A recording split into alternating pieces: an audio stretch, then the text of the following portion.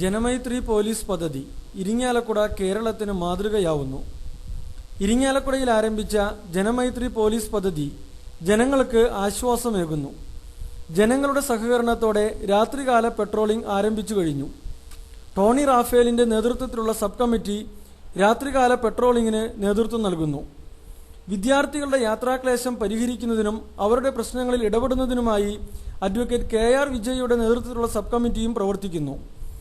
Blood bank രൂപീകരിക്കുന്നതിനും കല്ലേറ്റങ്ങര railway സ്റ്റേഷനിൽ help desk സ്ഥാപിക്കുന്നതിനും വേണ്ടി ജോസ് ജെ ചിറ്റലപ്പള്ളിയുടെ നേതൃത്വത്തിലുള്ള സബ് കമ്മിറ്റിയും രൂപീകരിച്ചു കഴിഞ്ഞു.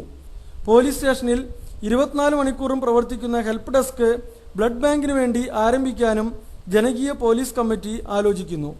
യോഗത്തിൽ SP P Dineshan, DYSP VV Sasikumar, CI KV Vijayan എന്നിവർ പങ്കെടുത്തു. SI PS സുരേഷ് സ്വാഗതവും പ്രൊബേഷണറി SI സുജിത് നന്ദിയും രേഖപ്പെടുത്തി.